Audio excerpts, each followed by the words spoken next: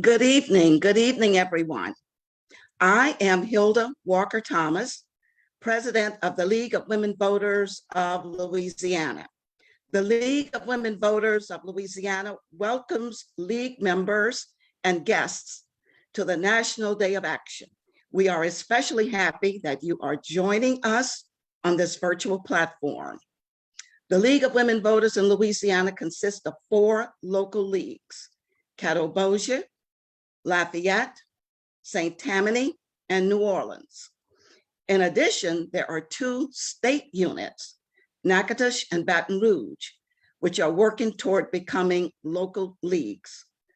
League of Women Voters operates on 3 levels: national, state, and local. Next.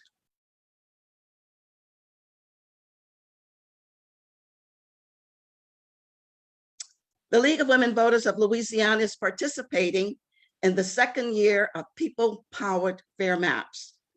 It is a League of Women Voters of the United States national campaign focused on redistricting in 2021. Funds from a League of Women Voters United States grant have made it possible for this webinar for the National Day of Action that we are offering free to our members and also to the public. And we thank LWVUS and thanks for all of the support from the support staff. People-Powered Fair Maps is a national redistricting program of the League of Women Voters focused on creating fair political maps nationwide. Next. It is our goal this evening to provide you with expert information on redistricting in Louisiana. Therefore, we have outstanding presenters from the Southern Poverty Law Center who will share relevant information on redistricting in Louisiana. Our focus for the state of Louisiana will be state legislative fixes. The goal is to pass or protect state laws implementing a fair redistricting process. This area of the project will have a twofold approach at the state level. First, League of Women Voters will look for opportunities to improve public input in the redistricting process. And secondly, League of Women Voters will look for opportunities to move forward laws that increase transparency or mitigate laws that seek to remove transparency or alter existing criteria. Again, welcome. Next. Let's take a few minutes to review the housekeeping notes. The microphones of audience members are muted. Make sure your speaker function is on and set to an adequate volume. A Q&A session will follow each speaker's talk. If you have a question for a speaker, please type it in the Q&A box and include your name, league, and/or organization. Any other questions, please type into the chat function. Next.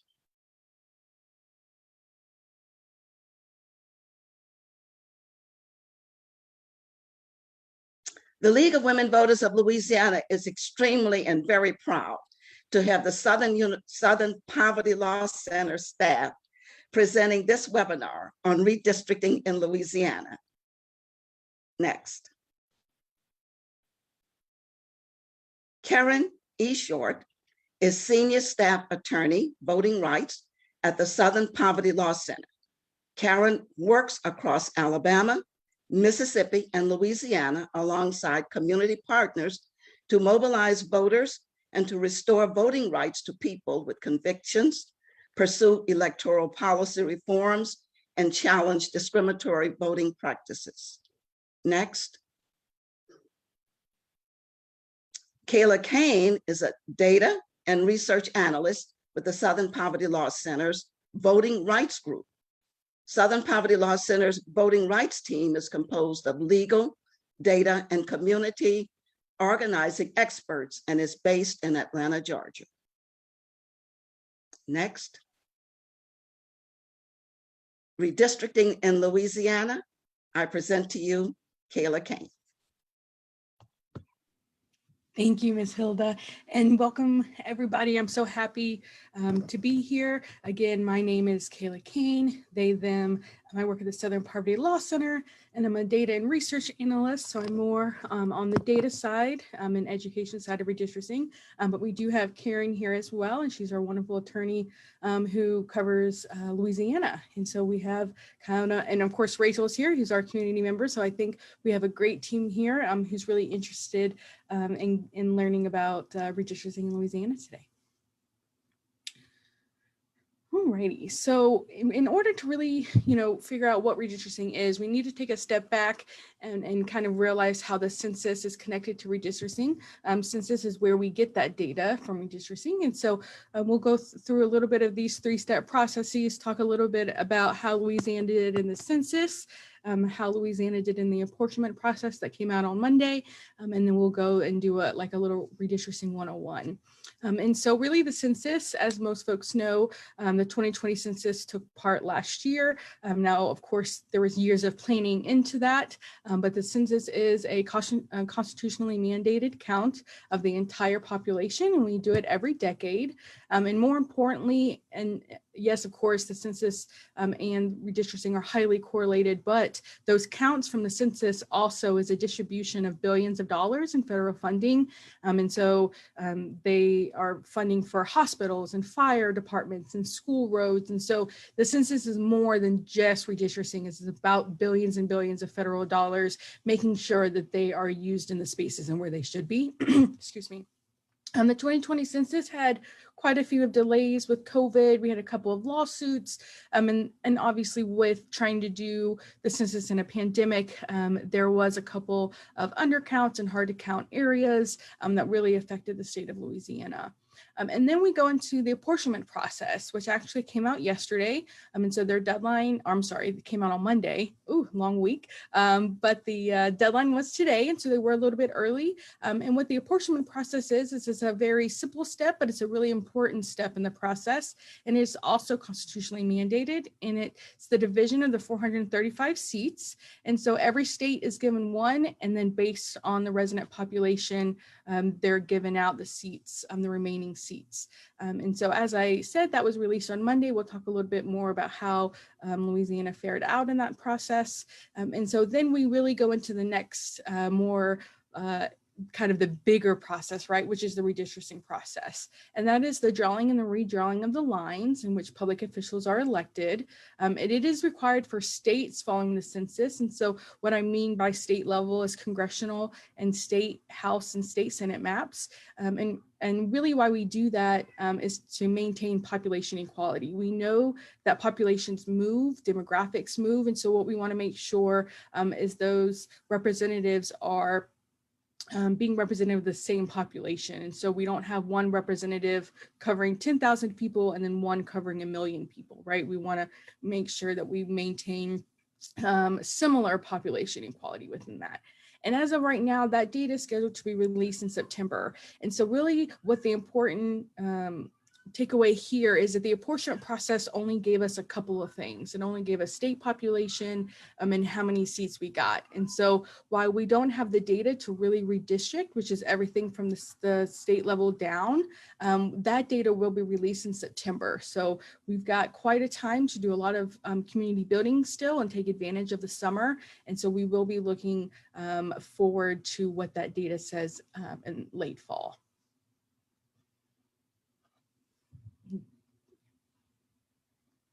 All right, so let's talk about Louisiana and the census, right? Because the big connections I'm trying to put in here is data in, data out, right? And this is the data in part here. And really this is the high level summary. Of course, all states, according to the census, ended up at 99.9%. But really what we want to look at is how did that data come about, right? Where did that data come from? And the census has multiple ways to do that, but really we're going to focus on the self-response rate, which we know is the most accurate. This is when people fill out the census questionnaire themselves, and they had 3 ways to do that this year. They had it online, on a paper form, or you could do it over the phone as well. And so really what we're looking at for these self-response rates is the amount of interest and involvement within the 2020 census. And so really the high levels here are the parishes with the highest response rates, which are going to be your darker colored, more bluer tinted here on the map. And so the top 3 parishes with the highest self-response rate was St. Charles, St. Tammy Annie, I know I'm going to mess that up and I'm so sorry, and then Jefferson. And then we had some parishes with pretty low self-response rates. So you'll be able to see kind of that difference between the low 40s and the 70s. So we see quite a disparity there. And we had kind of 3 right on that edge. So I reported 4 here. And so you'll see Catahoula, Red River, LaSalle, and Cameron, all within that low 40s there. And so this kind of gives you a picture of kind of what that self-response rate was, and the other data was made up with in-person connections or either administrative data. Let's go forward into the apportionment. And so what did we get out of Monday, right? Monday was a big day for apportionment. We learned 3 pieces of data for each state. And so we're going to go with the state of Louisiana, of course. And so what we saw in the state population is that we saw about an increase of just around over 100,000 from the 2010. And so they're, right about 4.6 million. I think they were right about like 4.5 million in 2010. So we saw a little bit of increase there. The resident population, which again, not to get into the nitty gritty, they're just 2 different populations of who's counted in those.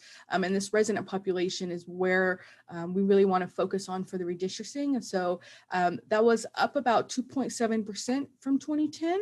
And so whether we saw that change, we didn't see any changes in their congressional districts. And so Louisiana kept all 6. That doesn't mean that the districts are going to stay the same. It just means that they still have 6. They still need to be drawn with 6 because of course those populations have changed.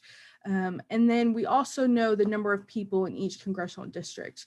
And so each congressional district will house about 775,000. And we'll go into a little bit more detail about how we know that that'll be the number, at least for congressional districts. And so that's up about 18,000 from 2010. So these congressional districts are getting larger and larger. We see that throughout all of our states, most often, at least in the Deep South, all of our congressional districts are getting larger and larger per size. And so now that we kind of know these 2 pieces, let's really get into the meat of this presentation, which is on redistricting. And so I really kind of want to lay the groundwork of some of the words that I'll be using. There's different layers and levels of redistricting, and there's even different legal aspects of each level. And so I don't want to get too knee deep into the nitty gritty, of course, just because due to time, but there is a lot to redistricting. And so this is just kind of a quick overview. And so when we talk about federal redistricting, that's the congressional seats that I mentioned before. And so currently Louisiana is still allocated 6. That is mandated mapping that they will be doing next session. And when we say state redistricting, what we really mean, sometimes you also hear legislative districts. And so those are the state house and the state senate. As of right now, you have 105 in the House and 39 in the Senate. I would predict that you probably will see more competition within the state level mapping than the federal, but that's not to say that we can see kind of some changes and some challenges on that federal level. And then we go to the local level, and the local really is either parish commissions, school boards, city councils, or things that really affect us day to day. And we'll kind of go into a little bit of each. And what do we need to know about each?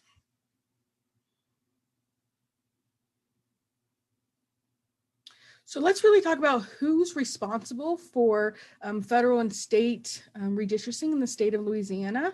And so in the state of Louisiana, maps are drawn and passed by the state legislative. The governor does have veto power with an override of 2/3 majority in each chamber. And so if the state legislative fails to pass a legislative map, the state Supreme Court has the power to draw that map. And so when we're looking really into what do we mean by the state legislative, we're really talking about 2 committees, one in the state one in the House and then one in the Senate. That it's the House and Government Affairs Committee. One is on the Senate side, one is on the House side. They kind of come together and form kind of like a subcommittee. And then the House will present their maps, the Senate will present their maps, and they will have to vote on their maps. Louisiana has a great website for that they used in 2010 or post 2010 census, I should say, as that redistricting cycle happened in 2012. And so they have a great website. I listed it here. And so if you go to this website, there's a ton of data for the data folks that are interested. They had all of the kind of the shape files that we need. Any updates was there. And so I really found, as someone who covers the Deep South, I was really impressed that Louisiana had this kind of home base, that the websites are still active. I will say that is something that we are struggling with in other states. And so I really have to say and really give that shout out to this website that we often don't see in our other coverage states. And so for Louisiana, when will their map drawing process happen? And when I say this again, we mean those federal and state maps. And we are expecting a special session in 2022. And so we are kind of preparing and gearing towards that session. Louisiana didn't see much delay with COVID. And so that is the good news, is that the timeline for Louisiana isn't as pushed as some other states. And so hopefully we'll hear some updates soon about when those subcommittees will start to meet. And that's really where we kind of want to do that organizing piece. And then we talk about local redistricting. And so local redistricting oftentimes happens after federal and state redistricting occurs. Now, this also always isn't the case. We have some places in the Deep South who hasn't redistricted in quite a long time, even decades. And so this isn't something that often all the parishes will do, but it is something that if you're seeing those demographics have changed, that this is something that local redistricting committees should keep an eye out and should be able to do. And so there are multiple levels of redistricting within one local area. And so I just pulled an example from the Cato Parish, their commissioners. What you see here actually is that they're almost quite the same here. Your commissioners and your school boards are both 12 single member districts, but I did do a deep dive into the school board policy, and in their policy they actually have that they will reapportion every 10 years, which isn't really something that we see a lot in school boards. So you'll see kind of the diversity, and some school boards won't redistrict for a very long time, and then some school boards have their policy that they will redistrict after the census is published. And so really when we're talking about local redistricting, we're talking about 2022 and beyond. Now, of course, some of the community buildings already happening, but in terms of really when that heavy action will occur, we are assuming that that will happen after the legislative maps and the congressional maps are done. All right, so without getting too nitty gritty in this, really I want to, while a lot of people talk about Section 5, which we'll talk about a little bit into the VRA, I wanted to really put here that, while oftentimes in the Deep South, we feel like these maps are going to get taken advantage of, and they probably will, if we're being honest, but there are still protections for communities, for people, and we just want to just go over those really, really quick. And so on the federal maps, why I know how many people are going to be in each congressional district is because the Supreme Court has been pretty vocal about their one person, one vote on the congressional district side. And what we mean by absolute equality is that number that I had given earlier was like 776,000. We'll just say 776,000 for the purpose of this example. Those districts need to be 776,000, not -1, not +1, not -10, not +10. SCOTUS has been very, very pretty open that the congressional maps need to have absolute equality. Now, when we get to those legislative maps, there is a little bit more leeway in terms of what each district and what each makeup can look like. Really less, and again, I don't want to get too deep into this unless if, of course, that engagement is there. But what we mean by deviation is that +1, +10. And so if you have 100 people in 5 districts, you ideally want 20 each, right? However, you can give or take 25 here, 15 here to kind of make up. And on those legislative maps, you're able to do that. However, what we're not able to do is that we are not able to draw with the intent of racial discrimination in our maps. That is prohibited. We have the VRA, which we kind of use, which is the Voting Rights Act. Right now, we have Section 2 and Section 3, which again, I won't go into more detail, and I will say for Karen, if folks are interested in a little bit more of that information. But we did have Section 5, which was really helpful, right? It was that pre-clearance from the DOJ saying that states cannot draw maps without getting cleared from the DOJ. That has been unenforceable since 2013 in the Shelby decision. There is a federal act right now kind of going through Congress that we are hoping to that would fix that kind of pre-clearance formula. But as of right now, we don't have Section 5 in our backhand. And then also we have the Equal Protection Clause to protect. But then on the state side, right, so the state of Louisiana has said, hey, we know we have these federal requirements that we have to pay attention to, but we're going to do a little bit more. We're going to put in some of our own requirements, which are pretty popular among other states as well. Continuous just means that it has to actually be a well-formed image of something, right? It can't have loose edges here, loose circles here. It has to be a well-formed district. We also have to preserve political subdivisions. And what that means is within communities that are alike or communities of interest that have things in place, that they work together economically, for example, you can't just cut them and put them in as many districts. We really need to preserve those, but also preserve the core of prior districts. And so what that means is that if you live in a district, you shouldn't be switching House and Senate districts every 10 years. We really want to make sure that those core of those districts stay the same and that we do as little tweaking to those prior districts as possible, within reason, of course. So let's talk about gerrymandering. Gerrymandering is the big kind of hot word in redistricting. And I do want to just kind of play out here that this gets really, really complex once you really dig into the legal component. So this is a really kind of basic view and understanding of gerrymandering, but I also want to challenge the view of that just because a district looks weird, that means that something is wrong with that. That is not necessarily what gerrymandering is. Yes, there are some districts that look like completely off, and you can say, hey, we know that that doesn't look right, but just because a district looks weird, it could be drawn to preserve some of those requirements that we saw in the prior slide. And so that could be because we're preserving communities, we're preserving subdivisions, communities of interest. And so that's why some of these maps might look a little bit odd. And so just because, of course, you have a map that looks odd doesn't necessarily mean that it's been gerrymandered. But as a kind of basic understanding of gerrymandering, it describes a plan or a district intentionally drawn to give one group or party advantage over another. And so there are several types of gerrymandering. There's racial gerrymandering, which is drawing maps that gives an advantage to a racial group. There's partisan gerrymandering, which gives advantage to either Democrats or Republicans, who are the main two parties drawing the maps in the United States.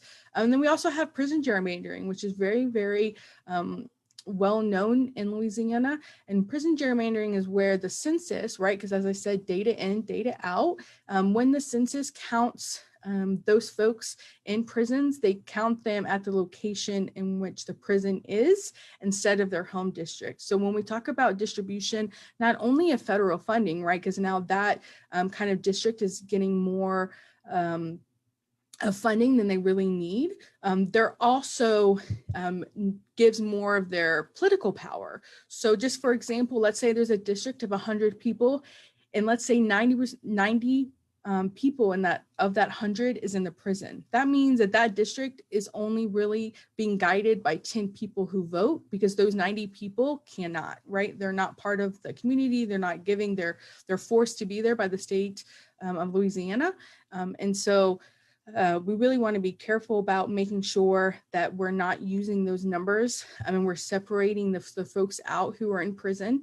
Luckily for this year, the census will be giving those numbers. And so when you're communicating to your state and your local governments about redistricting, you can say, hey, you know, the census actually said there's 100 people living in this district that came from prison gerrymandering. Let's take those numbers out and let's draw maps that doesn't include those. So the census is making it easier for prison gerrymandering for not to happen. However, they did count those prisoners in the district where they're located this year. So there's still some work to be done on the census side, but the good news is that this year there's an even easier way for local entities to opt out of that. And there's two, you know, main tactics that we often hear about gerrymandering.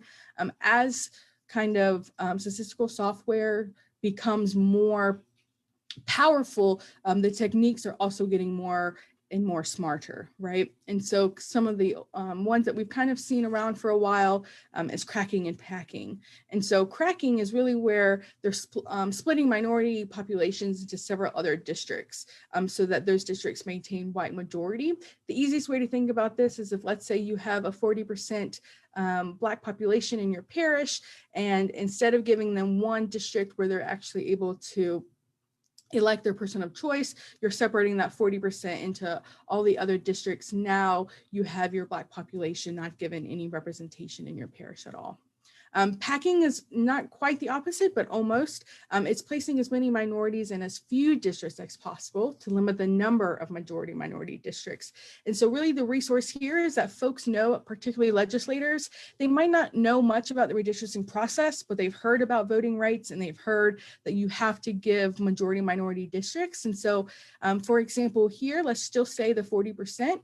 If let's say there's 10 districts, ideally, right, the minority population should have 4 of those 10 districts. And so when you're packing, you're really making one district oversized. So let's say out of that 40%, you put 60% of the Black population into one district. And so where they should have 4, they only have 2. And so that's another tactic that oftentimes is used in gerrymandering. And so with that kind of basic information, you know, we should be demanding fair maps, particularly, you know, we have power in our maps. We want to make sure that the community is involved in that map making process, but oftentimes community redistricting can be a lot for people and it can seem intimidating for people. But what is important to know is we have power in our maps and who we elect, but also the people and the parties drawing the maps oftentimes don't know much about it either. They just know that they have to maintain their district. They want to keep their district. They want to get reelected.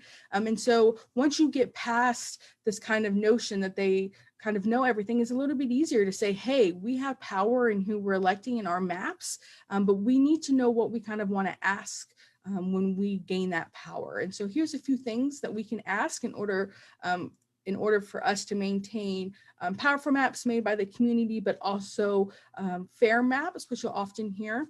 And so we want our communities and people part of the process, and not in a, and we mean in a real way, right? We don't mean in a way of, hey, listen to, you know, let's have a town hall where you can hear us, and then that's about it, right? We really want real transparency.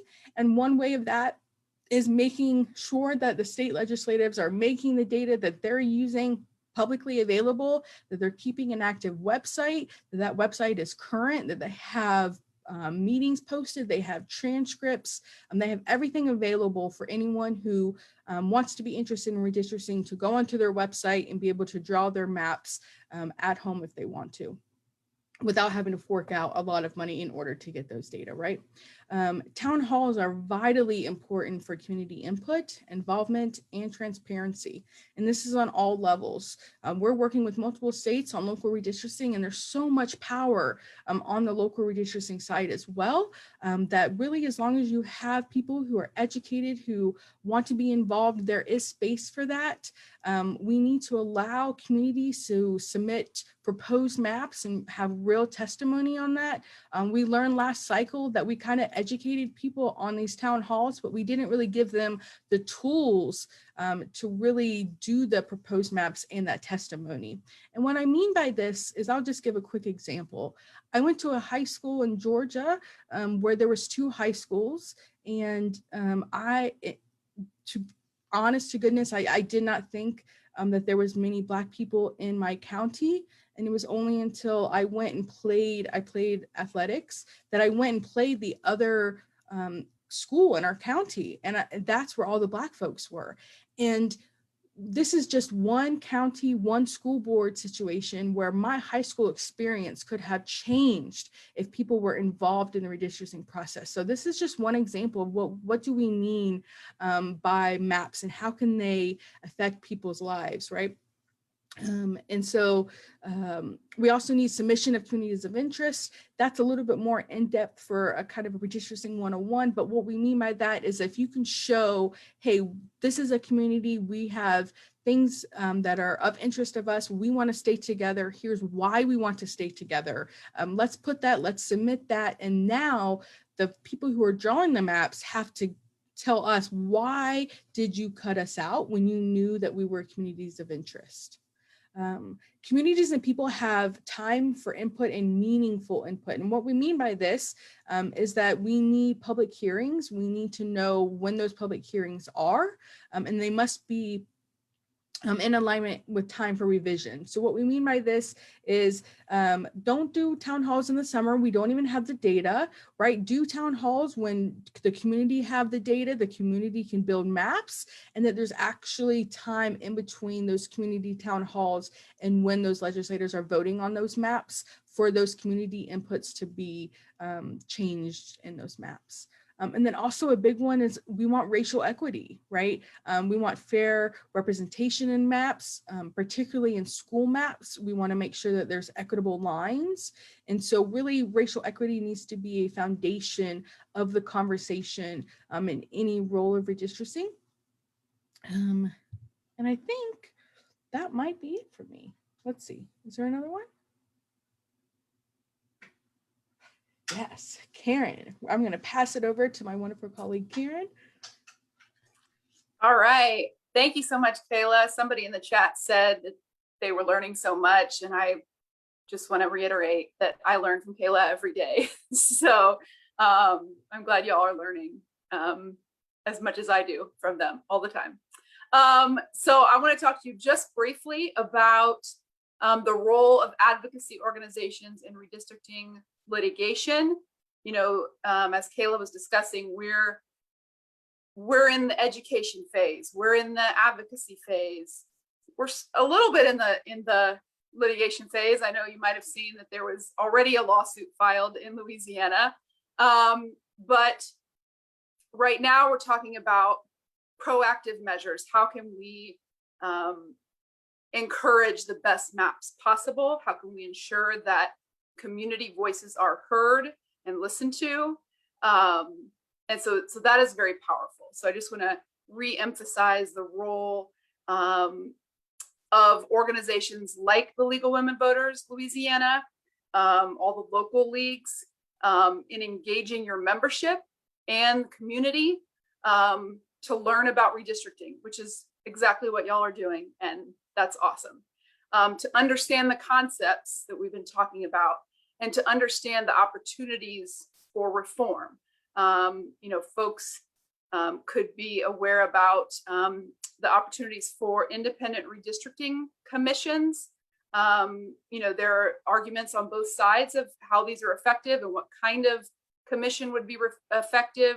But some states have brought in independent redistricting commissions to supplement or supplant those legislators who are currently in charge of drawing the maps. Because right now, as we all know, it's quite a partisan process, unfortunately. And the majority of voters that are asked in national polls don't like that. They really like the idea of it being fair, regardless of who is in control of the state at the time, because you have to live with these maps for 10 years. And there's a lot of impact. So really being involved, engaging with your membership and your community, and having this as part of your mission. And as a litigator, I'm thinking about your mission, because if you're going to bring litigation, it all centers around the league's mission and how a particular map or a particular initiative or a failure to redistrict on a local level is hindering the league's ability to further its mission. And I won't get into the details of that. Ms. Hilda is quite familiar with that. But there are a number of ways that leagues can get involved in advocacy when it comes down to, okay, we can't talk this out with our legislators, we need to do something. If you see cases that intrigue you, for example, there's a case right now that was filed in state court that involves Louisiana and is sort of a preemptive strike saying we don't trust the legislature to draw fair maps. We need the court to intervene right away. There's no time to waste. Organizations like the League can submit friend of the court or amicus briefs to bring in the specific perspective of League members from across the state. And as you all are aware, that's a very important perspective to bring, instead of just the perspective of the lawyers on each side. The other thing is, being a plaintiff in litigation. Leagues around the country have been plaintiffs, interveners, I believe, as well, which means a case is filed not by you, and you think that your interests are not adequately represented. You can intervene in that case in some circumstances. So being a plaintiff in some affirmative litigation relating to specific maps is a real possibility and can be helpful also in finding plaintiffs who may be harmed by specific maps. And we're thinking about specific districts. So one thing to remember, if you don't have to remember, I'll remember it for you, is if you're challenging a map, you need to challenge the specific district that concerns you. So even if the League was bringing a case, or if an individual member was a plaintiff, you can't just say this whole map as a whole is bad. It needs to be district by district. So you need to have people from that district saying, this is how we're specifically harmed. But I think that's something that you can do because you have membership all over the state. You're going to be impacted by these new districts that are going to be drawn in the state legislature. And there's lots of work to do. So we look forward to continuing engaging with y'all as a partner and helping however we can. And I just want to thank Kayla again for letting me share the virtual stage. And I'm happy to answer any questions that touch on anything that I can help with.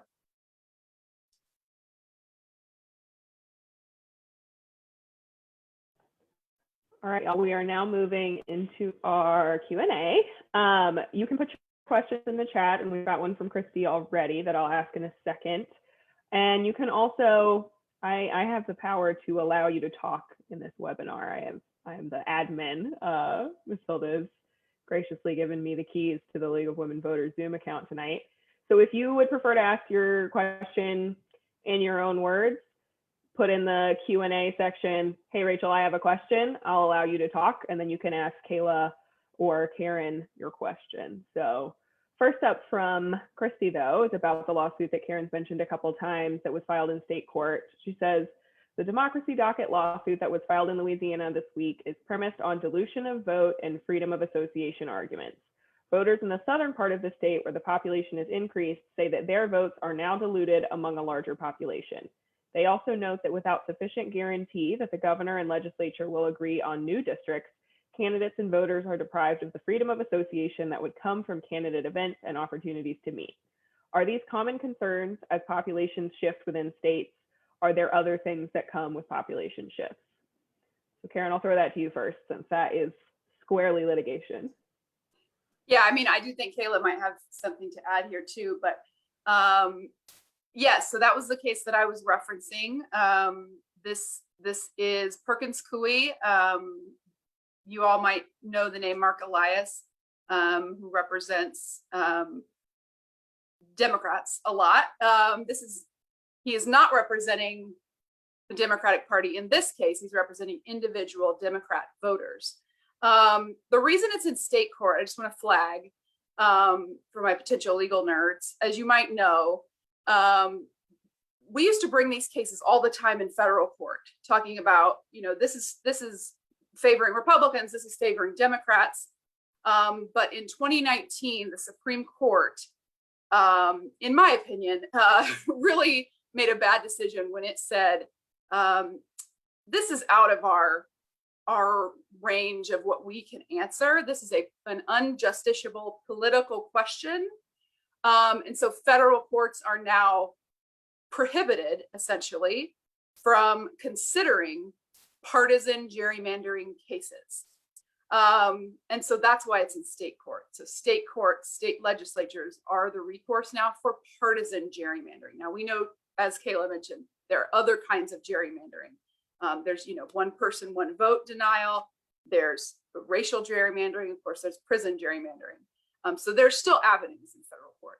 But to Christy's direct question, absolutely, these are the issues, and this is why the Constitution says we have to redraw lines every so often, because we know people are shifting, because we know that specific populations have specific interests. For example, Black voters, and it's just a reality in the world and in voting rights litigation that typically Black voters vote together, white voters vote together, and when they're up against each other, it's just a percentage game. And so a lot of times if you have shifts, you want to be looking closely at these areas where, this particular jurisdiction, school board, parish, commission, or anything, a city council is moving from a smaller minority population to larger, or losing population. It could have been a majority minority district and now it's lost a little population. People are going to try to redistrict and cut those voters or residents out of political power. It's the ultimate political game. And unfortunately, our representation is what is at stake. And so these are definitely the exact concerns. And I know I just took up a lot of time. So Kayla, do you have anything you wanted to add? No, I think that was good. I think I glanced the petition because, the data is more my area. But if you look at that, what they're basically arguing is that now with the apportionment numbers, we know that the congressional districts are off. So, we know we're going to have to redraw those. The issue is, are they going to be able to draw those before the election schedule? And I think here I just want to note, we need to give the census. It is better to be delayed and have the right data than it is to rush and try to redistrict with data that isn't right. And what I mean by that is that we know we have Census Bureau on record saying that Louisiana was hit the most. And so we know that they had high percentages of administrative records. I'm still kind of doing some analysis to see if Louisiana was an outlier on those. So I don't have that data readily available for me right now. But if you read the petition, it's saying, hey, with these new populations now, the deviations are off, which is that absolute deviation. And so when I was glancing at, there was nothing to red flag except, yes, we have this election schedule, but we know we won't have this data until September. So if the new maps should never be drawn with data projected by the census, which is either ACS data or something other than that. And so really what we saw on Monday is that these projections that the Census Bureau was coming out with over kind of analyzed what our growth is for the nation. And so we saw a slower growth in terms of the nation. And so what that means is that these kind of population estimates are no use. I mean, they're usage for us, right? But not for the redistricting aspect. And so while I agree that the apportionment numbers are off, unfortunately, we're not really going to be able to redraw the congressional districts until we have that redistricting data later in the fall, unfortunately. Thank y'all. Next question, which I like because it's about local redistricting, which is my favorite kind. you can have a favorite kind of redistricting. I guess I do though. What are the kinds of harms that one might suffer at the local level? For example, population shifts to the south of Lafayette Parish risk taking taxes from the city of Lafayette out of the city and into the parish. So what are the specific harms that can come from poor redistricting at the local level? So much, and I think it depends on which kind of level here. I focus on school boards just because, that's kind of an area of focus for the Southern Poverty Law Center's voting rights group. And so when I think about the harms there, you're talking about our schools being built in the right location for the correct number of people, right? When we think about schools that have 30 or 40 trailers out there, is that because there was an issue with projection? We use census data to determine where schools should be built, how many schools should be built, where schools should be built. And so even on the local level of something like one specific thing of just about schools, we know that there's so much kind of harms that can be done, even on not even on a financial piece, right? Because financial pieces are important, but when we're talking about our everyday lives, or what our lived experiences are, these maps can have an influence on that, and they do. And so I think that really what's important on the local side is to realize how parish commissioners impact our lives. A lot of people, when I talk about school boards, don't even know what power school boards have, right? We just went through a pandemic where schools closed, schools open, mask on, mask off, right? School boards had a lot of decisions to make. And do you feel like your school board made the right decisions to protect you and your family? And if they didn't, maybe look into your school board, right? Those are the kind of the powers that the school boards have that many people don't really kind of connect on that local side. Yeah, and I would just add, as was mentioned in our question and answer box, and as Kayla just went over, it's not just harms to voting rights, it's financial harms, it's where things are located. It's also political representation, regardless of whether you are a voter.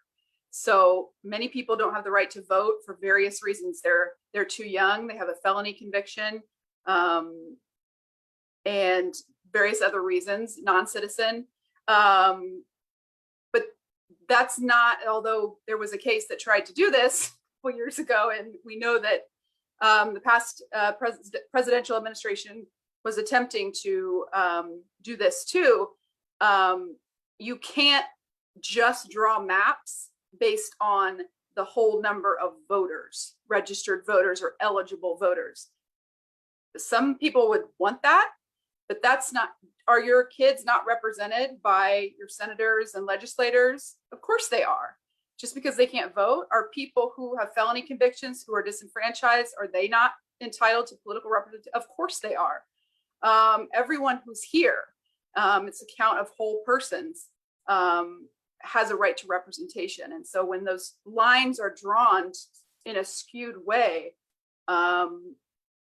including in a racial way, to exclude or dilute the power of the Black community or other communities of color, it has a significant impact, and it is very purposeful, and it is used historically. It is one of the main tools to dilute the political power of people of color in this country, particularly in the South.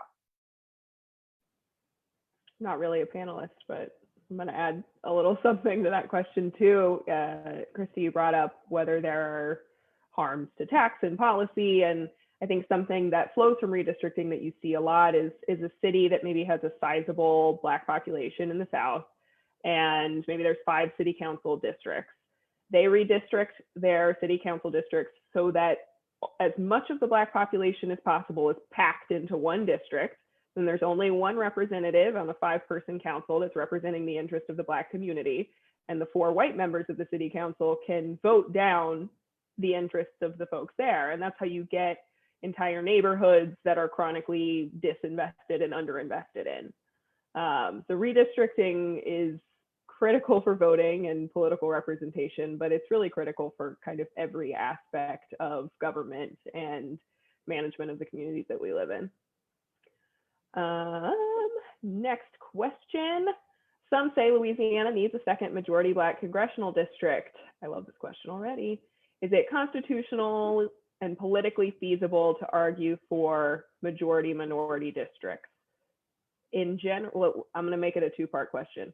Is it politically feasible to argue for majority minority districts in general? Like, what does that argument look like? And why do we have minority majority districts, in case folks don't know the history of those? And then two, do y'all have an opinion on whether it's feasible to have a second majority minority district in Louisiana? So I'll take the first part because Kayla knows the numbers better than I do.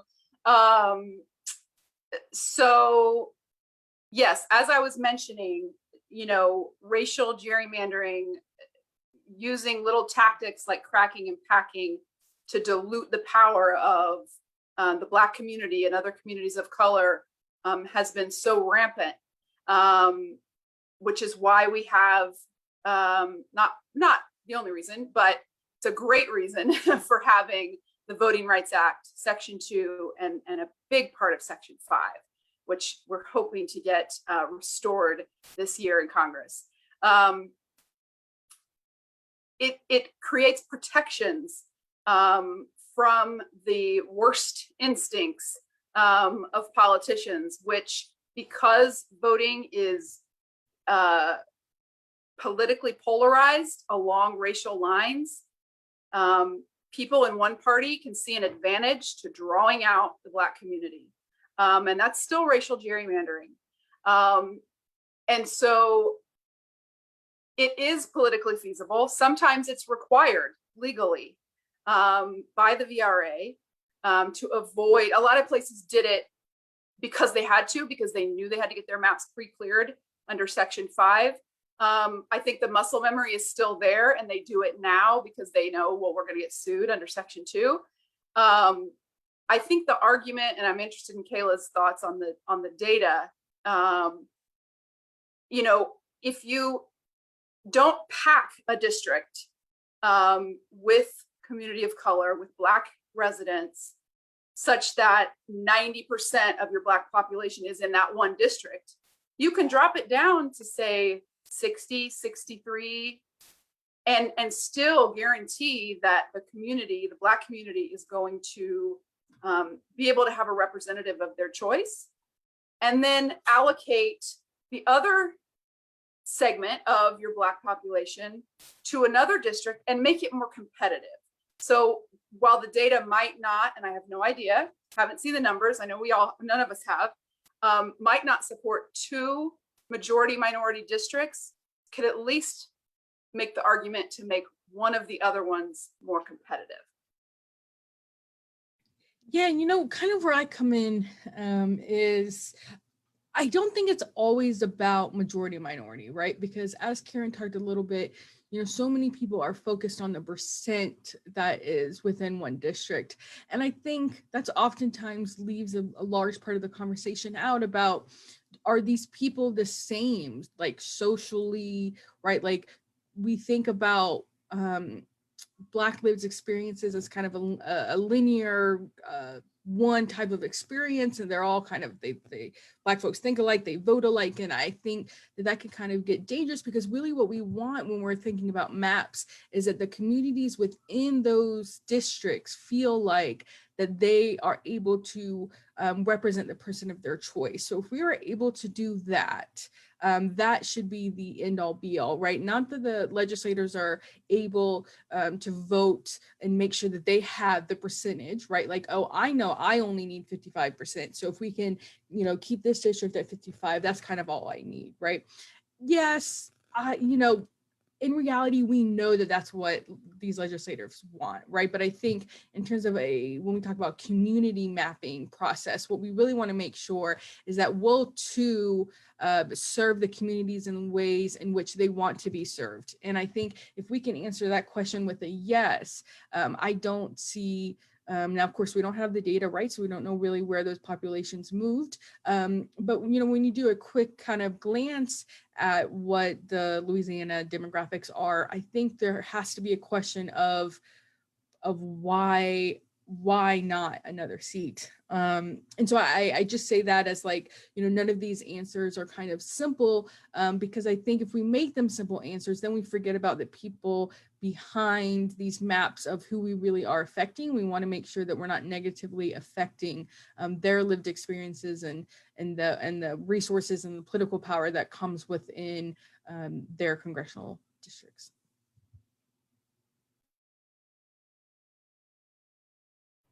I have one last question. I think it's mainly for Kayla, but feel free to chime in, Karen, if you have thoughts. You talked a little bit about census counts and the potential for undercounts. I know that Louisiana had some issues with undercounts, particularly right at the end of the census. Could you just talk a little bit about what happened there? Yeah, and so to really, again, make it real simple, there's 3 ways in which people can be counted for the census. So you did your own self-questionnaire, which there was a lot of fear, right? We had the Trump administration then trying to get citizen residency there, right? Like we had a lot going on. There's a lot of fear, particularly within minority communities, about what are they going to do with this data, with not understanding that the Census Bureau kind of has their own kind of confidentiality. So folks were able to either count either with a self-response, or they were counted via someone coming to their door by a census taker, or they were by this administrative records. And I think this administrative records is really where we saw Louisiana. This is where we need to, I'm trying to say this, you know, we need to make sure that the usage of the administrative records, particularly in the areas that got hit worse by the hurricanes, is that those administrative data aren't skewing the areas in which the areas in the areas of the state and how everyone else got counted. And what I mean by that is that, and again, I don't have the analysis. I will, if you give me about a week or two, I'm happy to kind of send folks the analysis on is part, and again, we won't know parts of Louisiana. What I'll be able to tell you now is Louisiana kind of an outlier in terms of how much administrative records were used? And if that is the case, I think that there has to be some sort of conversation about how Louisiana got hurt by the 2020 census. And if those ways resulted in a severe undercount enough to move around demographics and population changes. And so I know that that's kind of a long answer, but really what we want to focus here is on that administrative data usage. And was Louisiana an outlier in comparison to other states on that usage? And I don't have that answer quite yet, but I am interested and excited to see what that answer is. Okay, we are almost at time, so I'm about to pass the mic back to Ms. Hilda to close us out. I did want to say first, we have our email addresses up here because we do genuinely want to hear from folks. You've heard the least from me tonight, but I'm kind of our community outreach person on the voting rights team for Louisiana. So I especially want to hear from y'all. If you know that your school board or your city council hasn't redistricted in 20 years, send me an email about it. If you know that your city council member represents downtown and also the most wealthy suburb, and you think that it's strange that those two communities are in a district together, let me know about it. We want to be as helpful to folks on the ground, like league members, in this redistricting process as we can. So we are your partners. Please do reach out. And with that, Ms. Hilda, you want to close us out? Thank you all very much. A sincere thanks to Karen and to Kayla. And also a special thanks to Rachel Knowles, as you see, who's outreach paralegal at the Southern Poverty Law Center Voting Rights. And she also served as our technician tonight. I must say that this has been extremely informative. It's a lot of information to take away, but also knowing that you are here to work with us, continue the work because we're just starting, just kicking off in terms of our redistricting process. And the information you provided this afternoon was invaluable. We will be in touch. Thank you all very much. Thanks for those of you who attended. We truly appreciate your attendance this afternoon and your interest and questions and all that we learned. Everyone have a very good afternoon and good night.